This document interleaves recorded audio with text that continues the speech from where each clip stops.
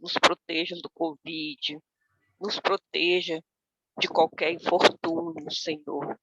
Estamos passando por um momento tão difícil, tantas pessoas desempregadas, tantas pessoas necessitadas, e nós somos tão abençoados, Senhor. Temos tudo, Senhor. Temos o nosso lar, temos nossos empregos, nossas famílias, somos tão felizes. Temos só que agradecer, Senhor, por tudo que temos, nossa saúde estabelecida. Temos que agradecer, porque somos realmente privilegiados quando nos comparamos com tantas pessoas no mundo que estão em situações tão deprimentes. Muito obrigada, Senhor, por termos essa situação e estarmos nessa situação bem melhor. Por isso, Senhor, nós te pedimos também que ampare essas pessoas que estão em situação difícil nesse momento, as pessoas que estão doentes nos hospitais, as pessoas que estão passando por tantas dificuldades financeiras, inclusive pessoas que não têm nem o que comer hoje, que não têm o que comer amanhã, que estão desempregadas, que não têm o dinheiro para pagar o aluguel, que não têm onde morar, que estão em tremendo desespero. Acalma, Senhor, o coração dessas pessoas. Acalma também o coração das pessoas que perderam os seus entes queridos pelas doenças, pelo Covid. Senhor, essas pessoas precisam tanto da tua luz, precisam tanto do teu amor, precisam nesse momento tanto do teu apoio.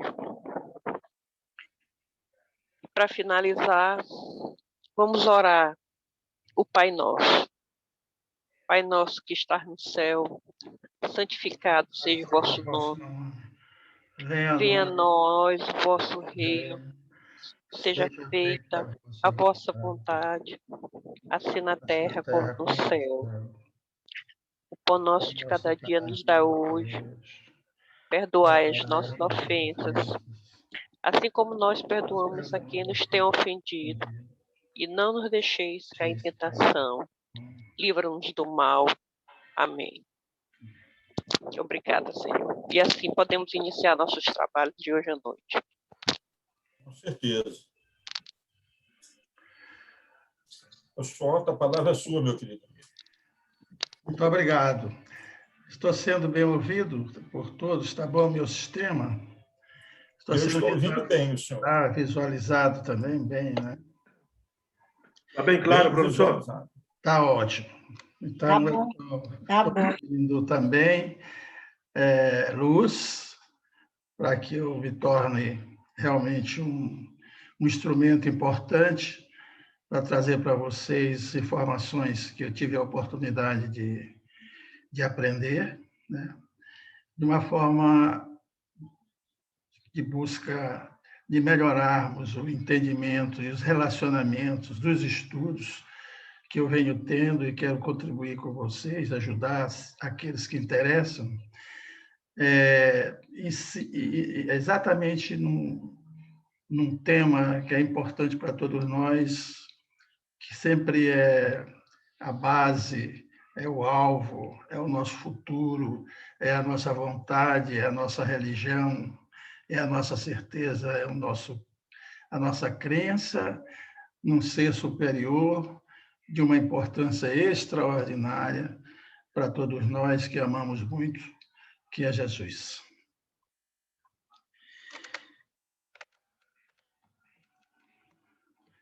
Espero que funcione.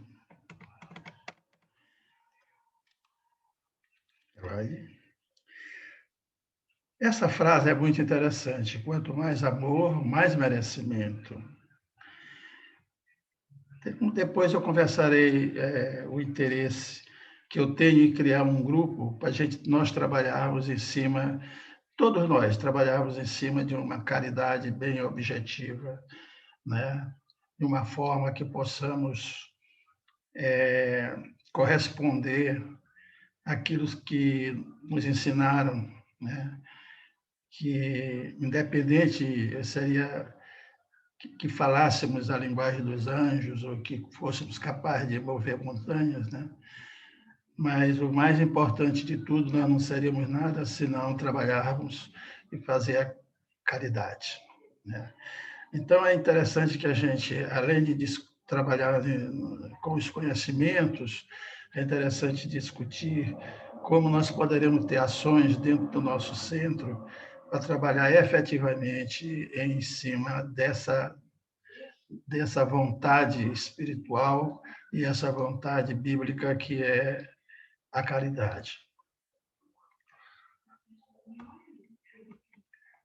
Então, eu coloquei como objetivo principal desse trabalho o que nós estamos querendo, além do nosso grupo, nós temos que, como foi solicitado uma vez por um dos irmãos nossos encarnados, que tem um espírito de luz, que trabalha conosco, no CELCA, que é outro centro, que eu tive a oportunidade de aprender muito em cima da religião espírita e principalmente das energias quânticas, é que ele comentou e perguntou quantas pessoas tinham no nosso grupo, e eu falei que nós estávamos em 10, 12 pessoas, às vezes até mais. E ele perguntou que achou muito pouco, acho que nós estamos circulando os nossos conhecimentos dentro de um grupo definido, né, de pessoas que já têm experiência, já têm conhecimento, e que a gente deveria abrir a fronteira para atingir outros lugares assim que têm deficiência de conhecer o Espiritismo, porque a certeza que ele tem, todos nós temos, é que o Espiritismo é que esclarecerá muitas coisas importantes a respeito da religião, principalmente também dos evangelhos, né, que estão nas nossas Bíblias. Então, o objetivo assim da montagem desse trabalho, assim com uma certa urgência, foi trazer essas informações para que quem quiser utilizar esses conhecimentos de origem mediúnica e da física quântica como um recurso importante ao desenvolvimento do seu raciocínio, no entendimento das palavras de Jesus, ao lerem ou ensinarem os evangelhos. Isso me chamou a atenção quando tem aquela passagem dos fariseus que perguntavam a Jesus onde era o reino do céu, e ele disse, eu não vou responder para vocês se o reino do céu está aqui, está ali, está lá. O reino do céu está entre vocês. Então, quem tenha o conhecimento quântico entende perfeitamente o que ele queria dizer, porque Jesus era um espírito altamente evoluído e às vezes, os ensinamentos precisariam de ter um suporte da nossa insignificante ciência para o mundo que existe, a grandeza, né, de 3 milhões de galáxias, né? Então, na realidade, a gente vai trabalhando dentro das nossas possibilidades, nos nossos limites de conhecimento científico aqui do nosso planeta Terra. Então, vai ter 3 partes. Eu vou ser breve, depois a gente pode discutir bastante, se quiserem, se tiverem interesse. A terceira parte são comunicações espirituais. Essas comunicações espirituais, elas foram encaminhadas por associação de espíritos que trabalharam conosco, além do nosso amigo muito importante, nosso José de Arimateia e o Flammarion, que são físicos do espaço, né, que trabalharam conosco em mais de 2 anos, me mostrando algumas informações de naturezas técnicas da área científica. Aí eu pude pensar algumas coisas de que eu aprendi a respeito de ensinamento que eles tinham a respeito de Jesus, que é muito grande. Eu tinha mais de 2 anos de vídeo né, de áudio, desculpe, dessas reuniões, e eu consegui pensar algumas coisas. Então, aí está nessa terceira parte que eu vou falar. A segunda parte é o mensageiro do universo. Esse mensageiro do universo, ele estava sempre conosco, né? E, na realidade, o José de Arimateia é uma pessoa extraordinária. É José de Arimateia do Brasil, entendeu? Essa denominação de um espírito que está participando conosco e se identificou dessa forma. Disse, olha, eu sou o José de Arimateia do Brasil, eu não pensar que eu sou apóstolo de Jesus, não. Eu sou físico, vivi no Brasil, vivi em vários locais e estou colaborando com vocês. Era um grupo de mais 2 pessoas. Então, essa segunda parte não vai ser longo, não, vai ser bem curto para a gente poder conversar a respeito e, se quiser aprofundar, né? A primeira parte que nós vamos começar agora é do Sublime Peregrino, né? Então, o Ramatiz, né, ele, na realidade, ele foi um guru hindu, né? E aí está escrito, né? E ele se apresentou para um receptor de informação, né? Quer dizer, o nosso querido Mães, que se chama aí, que eu já vou identificá-lo. Então, Ramatiz lembra a cidade de Ramadi, que fica perto de Bagdá, ou seja, e também lembra um fóssil encontrado na Etiópia, chamado de Ramadiz Kadaba, que significa raiz na linguagem afé. Em encarnação anteriores, ele comentou que ele teria sido Pitágoras, né? Teria também vivido em Atlântida e também no Egito, né? Onde ele conheceu o Allan Kardec.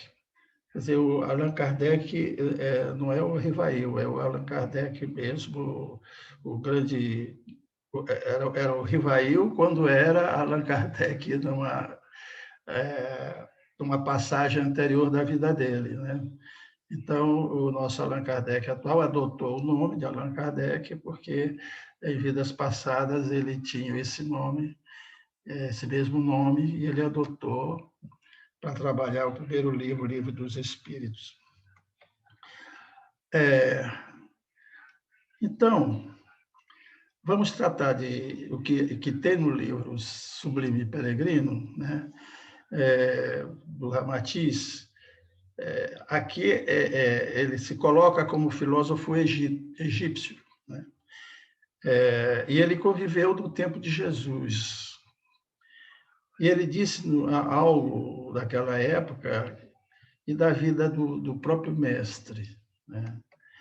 Então, o que eu vou apresentar são trechos do médium Hercílio Maesna, que está na apresentação do livro, ele redigiu o livro O Sublime Peregrino, todo ditado pelo espírito de Ramatiz. Interessante, deixa eu ter que baixar aqui, não sei como é que eu vou fazer aqui para ler. Então, aqui você começa a ler a apresentação, né? Em que ele diz o seguinte: ele está transmitindo apenas o pensamento, né, do Ramatiz, com uma isenção de ânimo, sem qualquer premeditação mediúnica. Então, o Sublime Peregrino não é somente tem que tirar as figuras aqui, tentativa para focalizar novo ângulo da vida de Jesus. Isso é muito importante, através da psicografia. Ele quer mostrar assim, ângulos da vida de Jesus que não está caracterizado nos evangelhos, que a gente conhece, quer mostrar algumas coisas diferentes. Mas, principalmente, dar-nos algo de sua própria contextura sideral, fora da matéria, fora da natureza de suas relações com os planos de vida cósmica e também fora do espírito planetário da Terra. Bom, isso aqui tem um pouco de quântico, rapidinho, eu vou explicar. Tudo da nossa vida é registrado no fluido etéreo. A movimentação da galáxia, ela é em rotação, mas é em espiral, e vai deixando para trás gravado todas as histórias que acontecem, tudo que ocorre é gravado. Até movimentações de átomos, infraestruturas subatômicas, tudo fica registrado nesse fluido etéreo, que antigamente, antes de Einstein, a gente chamava de éter. Inclusive, está voltando agora, várias universidades americanas estão voltando a estudar o éter. Então, entre o éter de antigamente, antes do Einstein, que ele abandonou essa teoria que ele estava começando a estudar, e depois entrou para estudar as fotoccélulas, do qual ele tirou o prêmio Nobel, foi de fotoccélulas, foi da teoria da relatividade, não, foi de fotoccélulas. Aí ele abandonou o éter, o estudo do éter. E agora está voltando. E aí isso é para demonstrar que, exatamente, né, na contextura sideral, fora da matéria, da natureza dessa relação, do plano de vida, o que é que ele vai trazer algumas informações, assim, não passando para nós, é que está registrado exatamente, está gravado, né, nesse fluido etéreo, que eu chamo, a gente estudou, a gente conversou a respeito da matriz divina, né? Então, isso fica tudo registrado.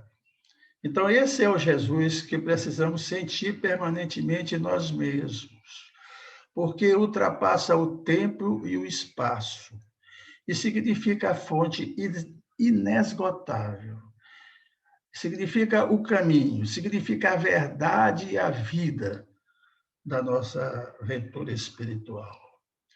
Então, esse é o livro Príncipe, o Sublime Peregrino. Então, aqui, alguns quadros ou configurações de sua infância, da Jesus, adolescência e maturidade, podemos revivê-los recorrendo aos arquivos ou registros etéricos, como eu falei há pouco, né? Fruto das vibrações das ondas de luz ao éter, o ácase dos orientais, que fotografa desde o vibrar de um átomo até a composição de uma galáxia, né? Isso é o espírito de Ramatiz falando para o tradutor desse trabalho. Então, Jesus,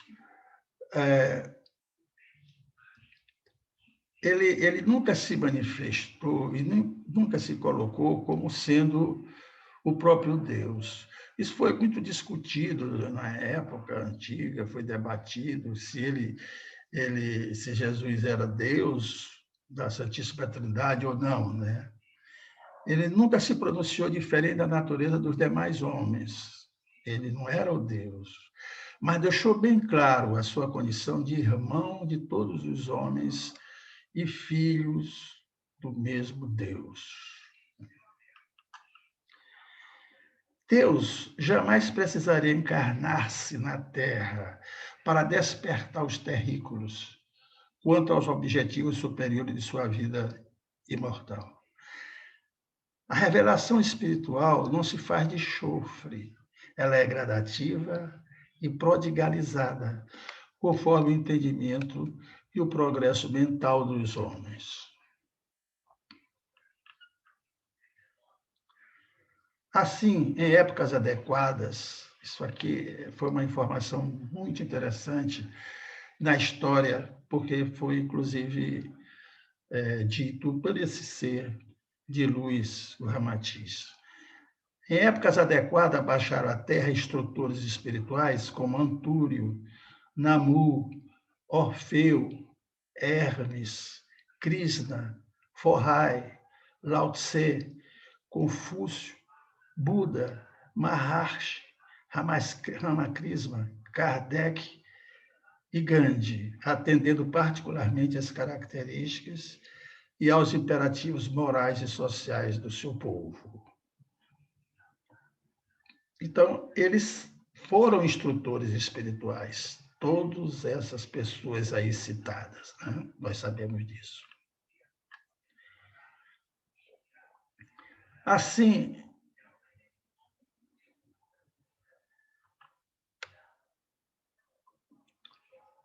em épocas adequadas, baixaram à terra instrutores espirituais, eu já falei, Namu, Orfeu, né? Está repetido, né? Então, Jesus sintetizou todos os conhecimentos cultuados pelos seus precursores e até por aqueles que vieram depois dele. O seu evangelho, portanto, é uma súmula de regras e de leis do código espiritual estatuído pelo alto, com a finalidade de promover o homem à sua definitiva cidadania angélica. Em verdade, Jesus, na realidade, ele não precisaria de dizer que ele, na realidade, seria de uma importância extraordinária, cada vez mais vivo entre os homens. Ele se apresentava, ele acabou sendo a sua presença sempre mais viva entre os homens, pois a sua doutrina, né, crescendo em todos os sentidos, já influencia até os povos afeiçoados aos outros credos e aos outros instrutores. Olha, se o fulgor de Roma de Augusto ofuscou os historiadores da época, fazendo-os ignorar a figura de Jesus, isso não o eliminou da face da terra. Nem o desfiguraram as lendas semelhantes já atribuídas a Adonis, Krishna, Buda, Orfeu, Atis, Osíris, Dionísio ou Mitres. O Augusto era Augusto César, neto do César, o grande César, romano, e ele teve uma influência muito grande, constituiu um triunvirato lá em Roma, e dominou durante muitos anos, e chegava até a se apresentar como se fosse um enviado divino, né? Então, ele teve assim uma administração romana assim, de força, né? De convencimento, e que muitas das vezes o pessoal confundia até como uma figura exponencial, como descendente ou enviado divino. Então, mesmo esse fulgor desse Augusto, nada ofuscou a figura de Jesus.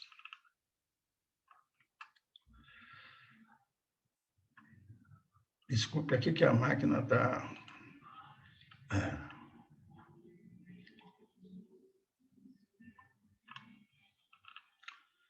Está aparecendo umas coisas que não é para aparecer. Muito bem. Então, apesar de inequívocas presenças históricas como Aníbal, Júlio César, Carlos Magno, Napoleão, ou mesmo sobre filósofos excepcionais como Sócrates, Platão, Epicuro, Aristóteles, Spinoza ou Marco Aurélio, eis que Jesus, o mito, sobrepunha todos esses homens famosos em celebridade, né? Ele sobrepunha. O homem sedioso, agora, é um outro ensinamento muito interessante do Ramatiz. O homem sedioso é sempre um rebelde, um inconformado, pois é criatura ávida do poder temporal e da exaltação sobre os seus conterrâneos. Eu estou com a garganta meio lá. Vamos lá. Os grandes sediosos, na história teve vários, né? Com destaque, assim, que registra carinho e gratidão, chamaram-se, nem sempre registrado com carinho e gratidão. Então, já que eles são sediosos, eles não foram registrados com carinho e gratidão na história. Então, aí está Davi, Átila, Gengis Khan, Azoka, Alexandre, Aníbal, Tito, César, Carlos Magno, João Terrível, Napoleão, Kaiser, Stalin, Hitler e Mussolini. Além desses citados, outros dos quais, juntamente com certas qualidades excepcionais, com a obstinação, capacidade de comando, arrojo, ambição e estratégia, manifestaram também os pecados do orgulho, da crueldade, pilhagem, vingança, ou libidinosidade.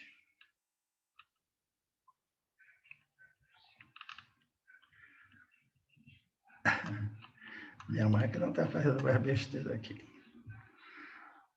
Então, só o seu amor a respeito de Jesus, evidentemente, né?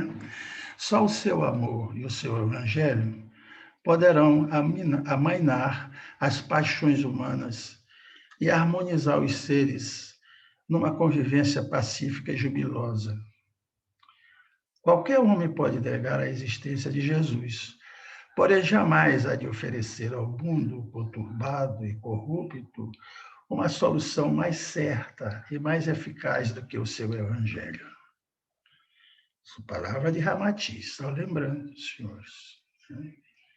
Essa minha máquina hoje está danada.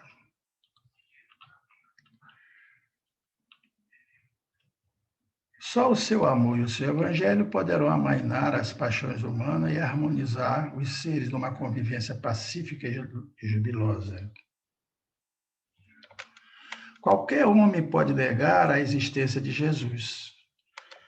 Porém, jamais há de oferecer ao mundo conturbado e corrupto uma solução mais certa e mais eficaz do que o seu evangelho.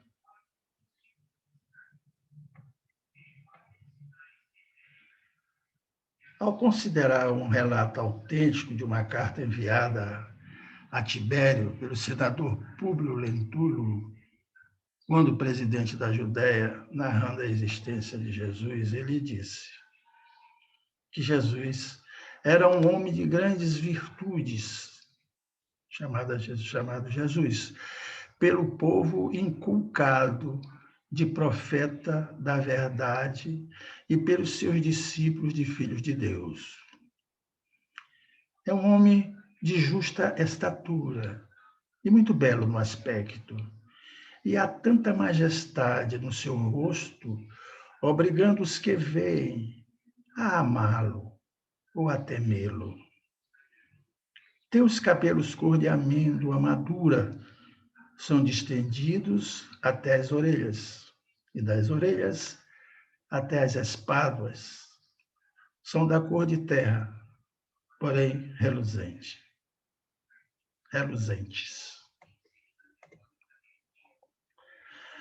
Ele tem uma separação, né? Uma linha que separava os cabelos na forma e um uso pelo... Normalmente isso era usado pelos nazarenos, né? O cabelo era repartido ao meio. Seu rosto é cheio de aspecto muito sereno. Nenhuma ruga ou mancha se vê em sua face. O nariz e a boca são irrepreensíveis. A barba é espessa, semelhante aos cabelos, não muito longa e separado pelo meio. Seu olhar é muito afetuoso e grave. Terá os olhos expressivos e claros, resplandecendo no seu rosto como os raios do sol. Porém, ninguém pode olhar fixo o seu semblante, pois se resplende, subjuga, e quando ameniza, comove até as lágrimas. Faz-se amar e é alegre, porém com gravidade. Nunca alguém o viu rir, mas antes chorar.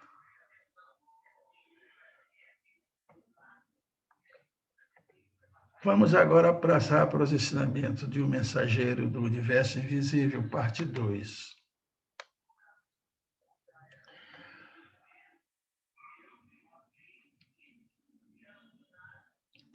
Este mensageiro, já disse, é o José de Arimateia do Brasil.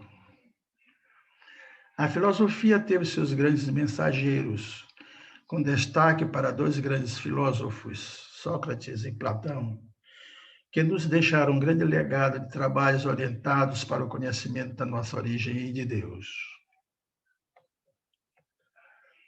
As ciências, por sua vez, tiveram um grande mensageiro que tentaram explicar-nos, dentro de suas limitações do conhecimento humano, as grandes questões colocadas anteriormente neste texto. Quem somos, de onde viemos e para onde vamos? Temos 2 mensageiros de altíssima competência científicas que nos servem neste momento para citá-lo como 2 grandes âncoras do período científico distintos, Isaac Newton e Albert Einstein. Depois eu falo dessa distinção entre os dois grandes espíritos, dois grandes técnicos, dois grandes cientistas, né, em épocas diferentes. Todas as religiões têm seus líderes, que são seus mensageiros de fé, fazendo referência a um ser superior, mentor e criador de tudo que existe. Assim é a nossa fé cristã. O nosso grande mensageiro de fé cristã é Jesus.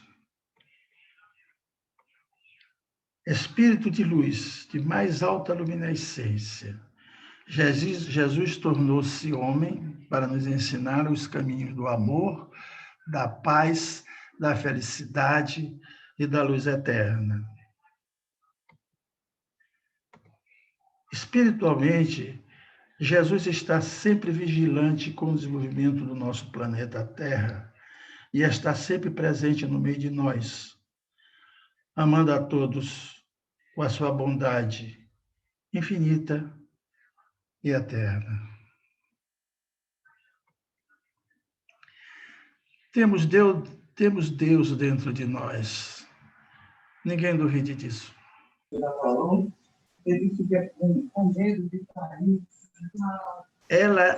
Ele é a nossa fonte de luz, amor e paz.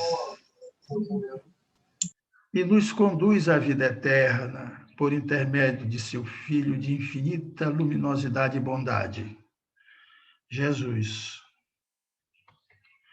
Jesus é o ponto de partida para a Terra. Jesus está entre nós. Agora, a terceira parte, uma retirada de comunicações entre José de Arimateia e Flammarion, do Brasil, que também é outro espírito de luz e científico. Jesus habita entre vós, ele falando para nós, né? Não do ponto físico, mas Jesus visita as instalações. Não o conheço pessoalmente, ele falando, José de Arimateia, porque não tenho méritos para tanto. Mas sabemos que Jesus habita locais de sofrimento, consolando, manifestando seu amor quando pode. Então, a ideia de que pensais que Jesus é um ser que paira sobre toda a humanidade, espargindo sua luz, é enganosa. Porque o fluxo de luz dele é tão intenso que irradia imperceptivelmente. Porém, a vontade de ajudar é o fio condutor de toda esta relação amorosa.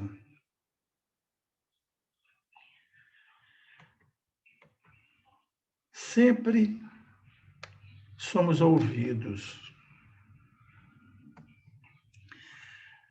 Jesus é de tal forma sua luminescência, sua energia, que vós podeis confundir com o sol. É um quanto de energia esplendorosa.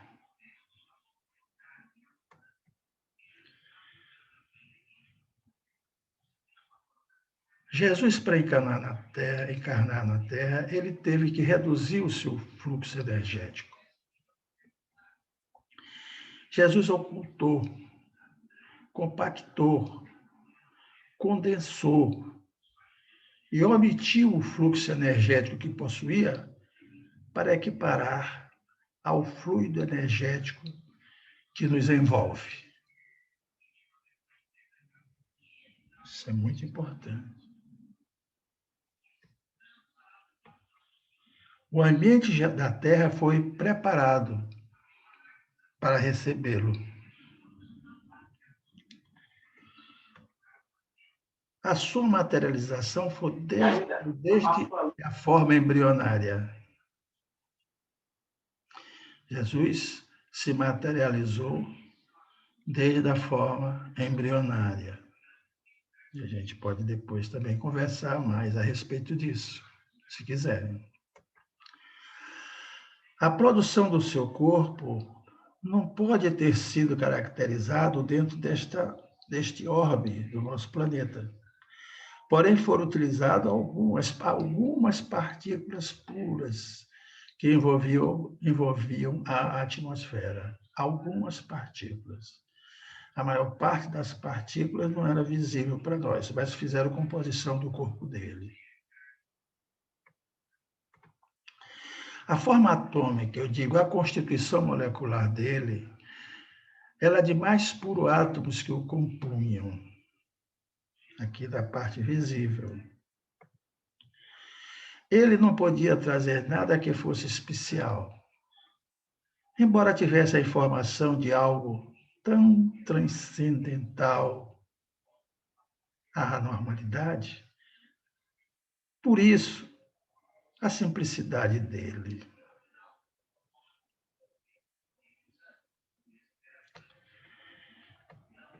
Jesus, pelo conhecimento que temos de sua existência, não foi diferente dos homens.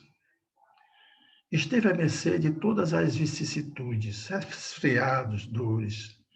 Porém, Jesus tinha o poder de manipulação dos fluidos. Nós estamos chamando aqui matriz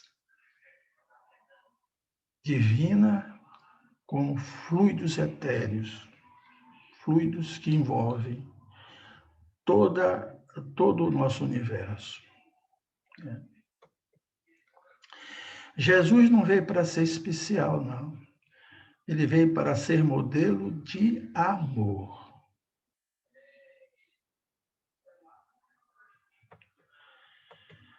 Jesus veio dentro de uma programação especial, mas ele poderia não ter passado. Mas Jesus se auto-intitularia diferente da humanidade e nada seria em apreço suas palavras.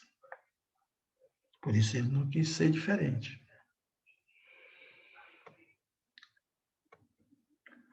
Os espíritos evoluídos também estão sujeitos a vicissitudes.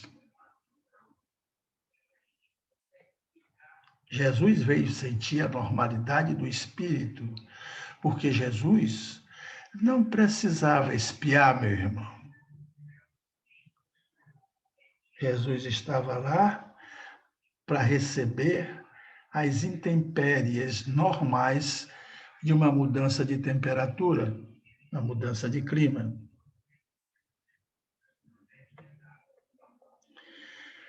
Ele, Jesus, dirige este projeto em ações diretas de amor.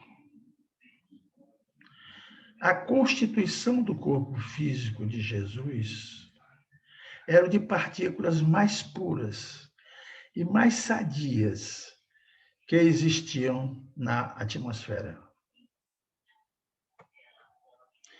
Jesus poderia ter desencarnado de qualquer outra forma. Tinha méritos, tem méritos. Mas disse: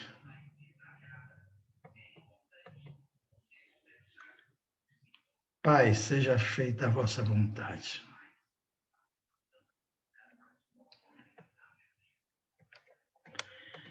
Lindo, não é?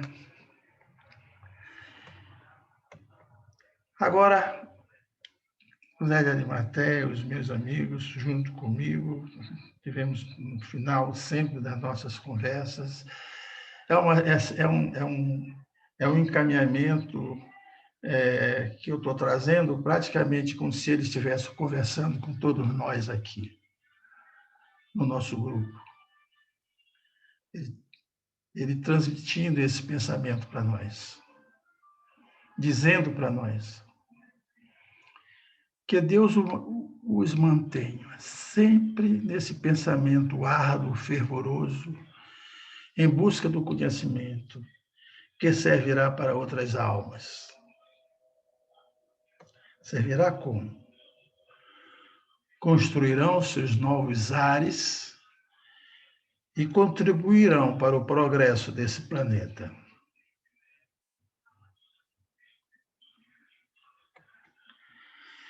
E rezou da seguinte forma para nós.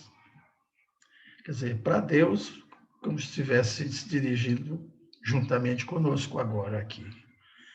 Ele encaminhando essa oração a Deus, a Jesus. A ti, ó Mestre, ó energia pura, ó força que anima cada partícula que compõe esse sistema de amor e paz. Nosso agradecimento. Obrigado, muito obrigado por esse momento. Esse momento que eu reuni com esses amigos. Que assim seja. E aqui eu fico. Obrigado.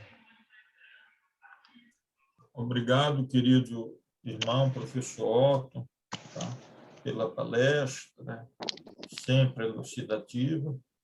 E como o senhor deixou claro no começo da sua palestra, que ela iria ser dissecada pelos eventuais questionamentos dos companheiros, né? Então, nesse momento, nós viabilizamos o uso da palavra, e a primeira que eu vejo com a mão levantada para perguntar algo é justamente a nossa estimada Lídia Raquel. Então, a palavra é sua, Raquel. Que bom, Raquel. Tudo bom? Na verdade, não é bem uma pergunta que eu quero fazer, né? Na verdade, é mais uma contribuição, né? Porque o professor falou do mistério da Santíssima Trindade, né? Aí, como eu estudei em colégio de freira, eu queria contar, eu queria partilhar com vocês essa experiência, né? Eu me lembro, eu sempre fui muito curiosa, né? Aí eu perguntei para a freira na época, né? Porque eu não entendia esse negócio de Pai, Filho, Espírito Santo, três, era um só e tal. E aí eu perguntava para ela me explicar direito o que era aquilo, como é que podia ser três seres num só. E aí ela, não, aí como nem elas entendiam, a verdade é essa. Aí ela chegou para mim e falou assim: olha, é o seguinte, você não tem que se preocupar em entender nada, você só tem que se preocupar em acreditar, em ter fé.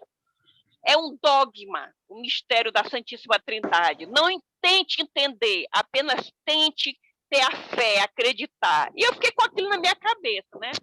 Aí os anos passaram, né? E aí o Espiritismo desmistifica tudo, né? O Espiritismo, eu me encontrei no Espiritismo porque é uma fé raciocinada, o Espiritismo, né? O Espiritismo não aceita nenhum tipo de dogma.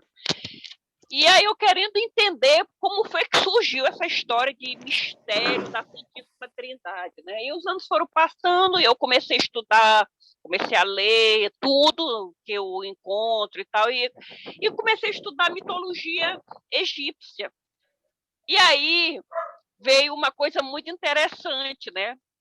Que a Igreja Católica, ela copiou muitos dogmas dos egípcios, né? Não sei se vocês sabem. Então, os egípcios, eles tinham esse mistério da Santíssima Trindade, Osíris, Ísis e Horus, né? Do casamento de Osíris com a virgem Ísis, nasceu Horus, que nasceu, inclusive, no dia 25 de dezembro. Olha que coincidência, né?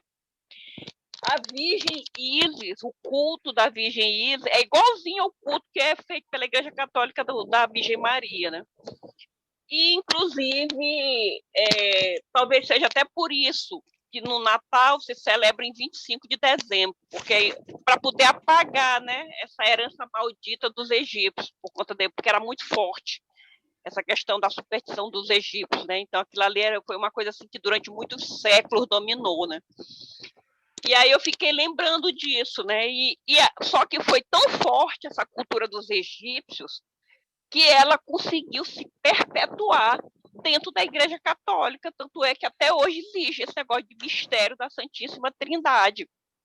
Nasceu daí, da cultura dos egípcios. Porque se você for estudar a fundo a mitologia dos egípcios, tem lá o mistério da Santíssima Trindade lá deles. De Osíris e Ísis, e do casamento de Osíris e Ísis nasceu Horus, né? Tem uma analogia, uma comparação. Aí eu lembrei disso, né?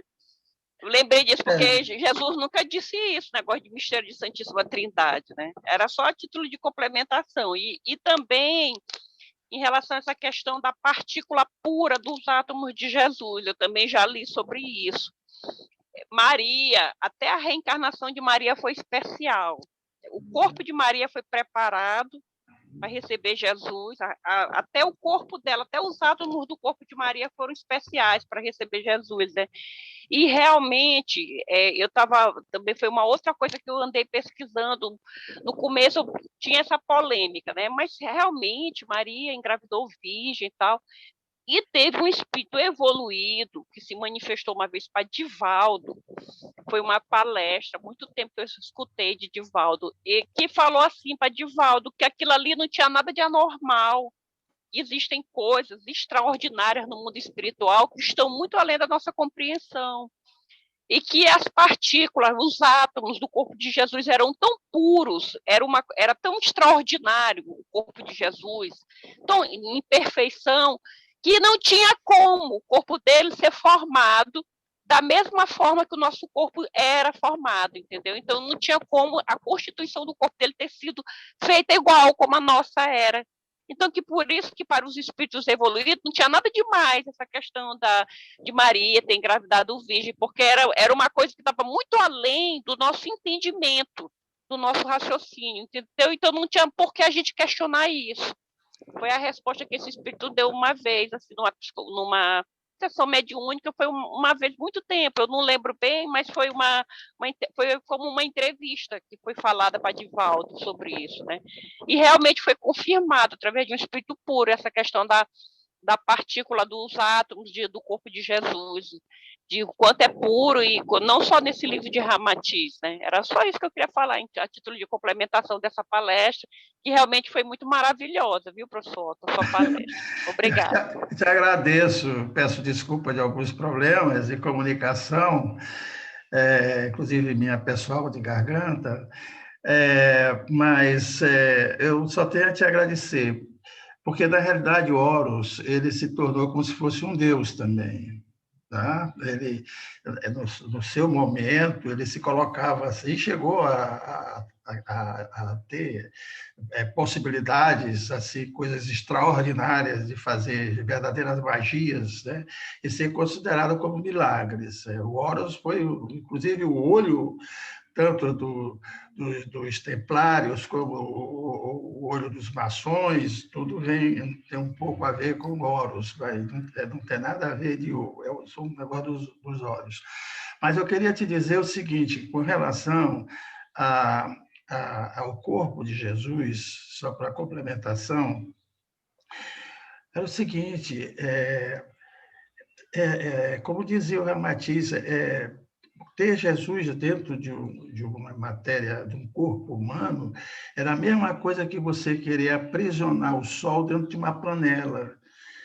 Então, o que acontecia? Ele teve que desenvolver um trabalho de redução de capacidade eletromagnética de suas forças energéticas, de redução de uma forma muito grande não só para o nascimento, mas durante toda a vida dele, de jovem e adulto. Ele tinha dificuldades até internamente do espírito dele estar dentro daquele corpo que foi criado para ele servir de exemplo, né, de paz e amor para a humanidade. Então, tinha momentos que a energia interna dele era muito grande, que ele tinha que se afastar, porque ele suava sangue, viu? Ele eliminava sangue pelos suores. Isso tem até uma doença da medicina, que eu não estou lembrado o nome, mas, às vezes, ele tinha que se afastar por isso. Porque a energia dele era demais, era muito intensa, ele tinha que se acalmar. Muitas das vezes, ele se procurava o isolamento por isso. E tinha pessoas que, quando olhavam ele, sentia que o corpo dele era reluzente. Essas pessoas, esses médiuns que têm a capacidade de ter uma visualização espiritual, via no corpo dele não somente o desenho do corpo material, eles viam uma luminescência interna esplendorosa, que aquilo estava contido dentro da matéria. Tanto é que também comenta-se porque não se encontra o corpo de Jesus e diz que ele subiu com o corpo e tudo, né? Corpo e alma, ele sumiu, desapareceu. E depois que apareceu para os apóstolos, né? E mostrou para Tomé as chagas, né? Que ele passou entre as paredes e tudo, depois ele sumiu.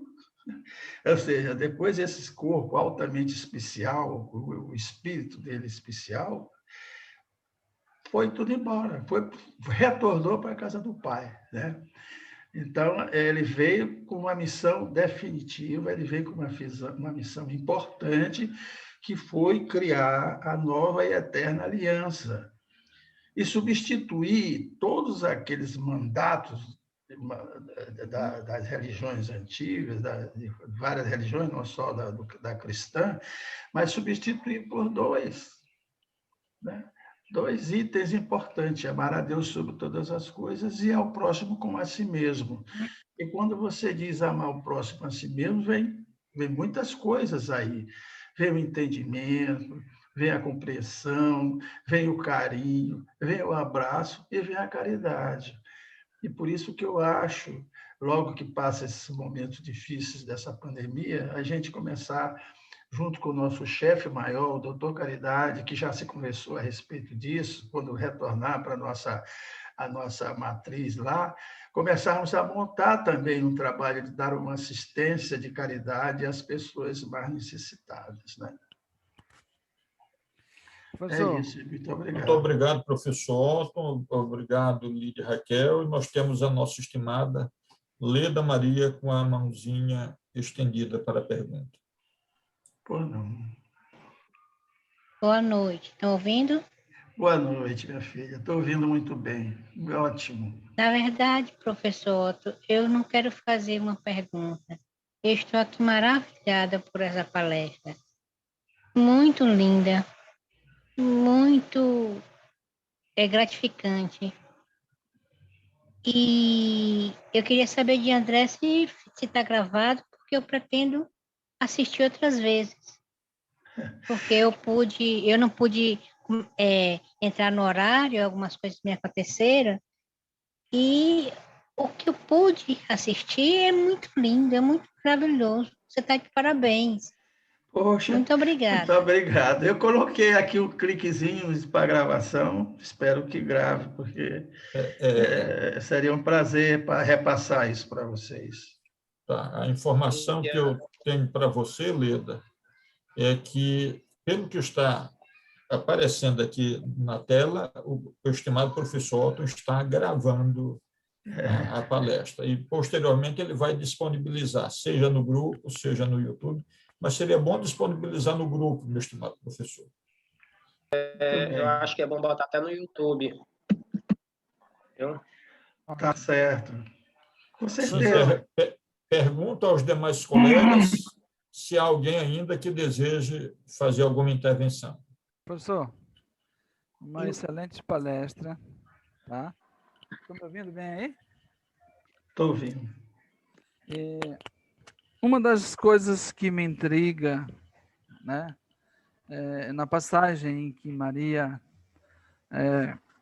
adormece e ele é informado que ela será, né, a mãe do Filho de Deus. Eu sempre achei isso assim, muito emblemático de compreensão, porque a gente sempre acha, mesmo que Jesus tivesse tido a Maria tivesse tido a concepção dele pelo ato sexual, não invalidaria nada do que ele foi como espírito elevado. Mas na sua palestra, além desse fato aqui, depois a gente estudando sobre os outros corpos que nós temos, e quando a gente sai em desdobramento, nós podemos receber informação, inclusive ser curado de algumas enfermidades nos corpos sutis que nós temos, né? Muito recentemente eu fiquei observando sobre esse aspecto de que no desdobramento, como Maria e a Raquel falou, uma coisa bem relevante, que ela foi preparada, né? Ela está a um nível de espiritualidade abaixo de Jesus, mas com qualidades para ser a gestora dele neste plano, nesta dimensão, né? Mas, assim, o que eu observei por estudo desses outros corpos, que ela foi levada em desdobramento, lá foi feito a fecundação, e ao chegar ao corpo físico, isso já se materializava, inclusive pela própria forma como a Raquel disse, né? Aí que existe os mistérios, né? Mas com relação aos estudos, e a gente sabe disso que é perfeitamente possível. Mas o que me chamou a atenção agora aí é que o Espírito falou que algumas partículas do nosso sistema, da nossa dimensão, puras, foram agregadas para que pudesse haver a manifestação física dele nesse aqui. Aí eu fiquei imaginando, será que pela egrégora do planeta as partículas estão poluídas por nossos ódios, rancores e tudo o que a gente produz de ruim, e somente algumas partículas foram necessárias, puras, né? Se o senhor pudesse explicar um pouquinho mais a respeito dessas partículas aqui que foram aqui do nosso sistema. Muito bem, Raimundo. Olha, deixa eu lhe dizer, essa pureza, isso é ao meu entender, né, pela minha leitura, essa pureza não era significado, não tinha qualquer significado em termos da egrégora, de ter absorvido cargas negativas ou positivas na constituição organizacional dos átomos e subatômos. Não. A importância ou a escolha dessas estruturas da nossa atmosfera para complementar o que ele trouxe, né, estrutura extraterrestre, era simplesmente com relação a resistir à energia espiritual que teria que conter o bojo do corpo, o Espírito de Jesus. Era questão de resistência eletromagnética, né? Ou seja, apesar de se procurar átomos, né, especializados, não significa em ter átomos, que os átomos, isso aí pode ser até um dia conversado aqui a respeito disso, os átomos têm memórias, né?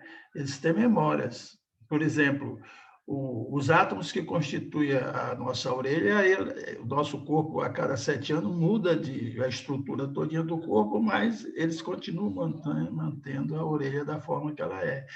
Ou seja, a célula, que é formada de átomos, todas têm a mesma memória para compor a genética, constituição genética da mesma forma, né?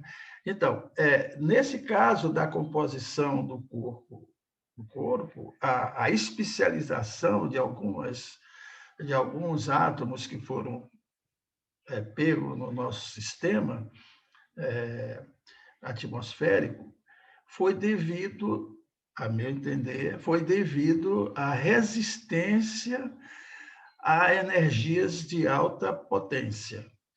Porque é muito difícil, não foi fácil, já estou repetindo coisas que eu falei, quer dizer, não foi fácil manter Jesus com um corpo de adulto, porque Jesus ele passou por período evolutivo espiritual, como nós estamos passando, ele passou por planetas também até chegar onde ele está. Então, ele tem uma evolução espiritual tão grande que ele veio para uma forma, desde a forma inicial da formação do corpo humano. Tá certo? Então, ele teve que é uma espécie de uma compressão energética, né? Para compor e conter dentro de um organismo desde a fase embrionária. Então, era de resistência à parte eletromagnética do corpo de Jesus. É uma energia muito rarefeita, a energia dele, e teria que ser contida. Segundo algumas correntes esotéricas, eles dizem que esses corpos que nós, quando estamos em ascensão, que vamos ascendendo a outras esferas, esses corpos eles vão ficando nessas dimensões. E cada vez que a gente supera uma dimensão, a gente adquire outros corpos. E aí a gente tem uma informação de que Jesus teve mais ou menos 1000 anos fazendo essa compressão, ou seja, reassumindo esses corpos que ele já havia tido, para que pudesse vir fazer seu trabalho aqui nessa dimensão. Eu li isso também que você falou, e é exatamente isso. É como se fosse um processo de descompressão. Mas só que é o seguinte, você conhece muito bem, mais do que eu. Você, a professora, vocês conhecem mais do que eu nessa parte espiritual. Depois que você alcança um determinado nível espiritual, você jamais regride. Nunca mais regride, porque foi por méritos, né? A gente só cresce por mérito. Então, não tem como você regredir. O que houve regressão foi sob o ponto de vista físico eletromagnético, de compressão físico-eletromagnética, e não de regressão na história do fluido etérico de vidas passadas. Foi um trabalho novo a ser feito, né? E não foi fácil. Muito obrigado, professor Otton. E a mãozinha da doutora Bernadette já está levantada ali. Nós passamos a palavra para a mesma. Em primeiro lugar, eu queria parabenizar o professor pela beleza da exposição, principalmente pelo seu conteúdo. Você citou a fonte e a gente agradece esses irmãos, esse esclarecimento. Foi belíssimo, sacramentou a aspiração da gente. Agora, outras citações, referenciando tudo que você falou e reforçando, no livro João Nunes Maia Miramês, A Vida de Francisco de Assis, ele cita que este espírito era de alto, como se chama? Alta frequência. Um espírito iluminadíssimo, Francisco, amigo de Jesus e companheiro de vidas passadas. Então, Francisco, para voltar à Terra no século XII, em missão, ele sofreu também, o livro cita eu não me lembro mais o termo exato, mas é mais ou menos como uma redução eletromagnética. Isso. Ele sofreu porque ele já estava muito elevado para vestir um corpo de carne. No entanto, ele veio. Por este motivo, Francisco tinha dores de cabeça, porque o cérebro era muito desenvolvido, os neurônios, sei lá o quê. Então, ele sofreu muito naquele corpo para poder descer para a Terra. Então, isso reforça essa citação de Jesus. Número 2, em relação à luminescência do Cristo, exacerbada, imensa, citado no livro Paulo Estevão, que Paulo ficou cego na estrada de Damasco, quando vislumbrou Jesus pela luminosidade. Acho que ele nem viu o Cristo. Ele viu a luz e ficou cego. Perdeu temporariamente a visão que Ananias recuperou depois. Então, isso está em reforço na literatura espírita, essas duas citações. 3. A física quântica chama o que o senhor denominou de Einstein éter, antigamente que a gente estudava o éter, a física quântica hoje chama de registro acásico, né? Que ficam arquivadas os nossos conteúdos, bons ou maus. Aquela história das nuvens, que lembra o pensamento, as nuvens, agora me falhou a memória, o nome das nuvens, é como nuvens, não são nuvens, é energia que vai para o plano astral e lá fica o registro. São fluidos etéreos que ficam com as memórias. Exatamente, fica registrado no éter, essas nossas memórias, de bom ou de mal. Daí a importância do conteúdo do pensamento de cada um, de cada cabeça. Era isso que eu tinha a dizer, e mais uma vez, parabéns, meu irmão, foi maravilhoso. Conteúdo espetacular. Muito obrigado. Olha, vindo da senhora, professora, que coisa boa. Eu não sou nada. Que maravilha. É verdade, professor. É verdade, sim. A professora Bernadette é esse sol que ilumina todos nós aqui e que procura se obscurecer, a exemplo até do que o senhor tratou aí na palestra, né? Mas é impossível, é impossível. Ela realmente consegue transcender na sua luminosidade, na sua inteligência vivaz, né? E eu pergunto ainda aos queridos irmãos se alguém deseja fazer alguma complementação ou algum questionamento ao professor.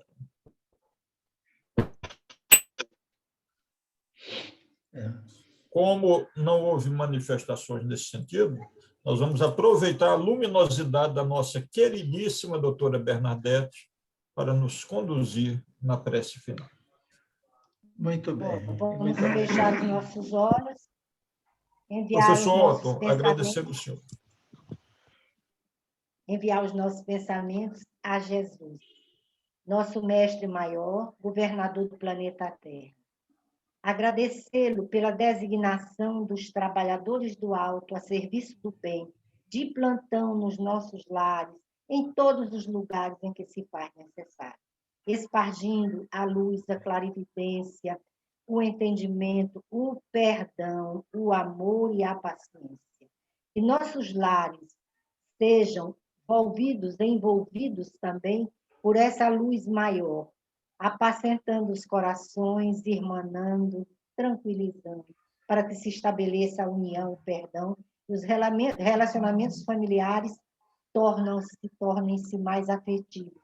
Enfim, Jesus, agradecemos pela tua presença nos nossos lares, através da fala deste irmão que nos presenteou com esse conteúdo divino, maravilhoso, que eu tenho certeza que nem merecimento talvez nós tenhamos para receber essas informações.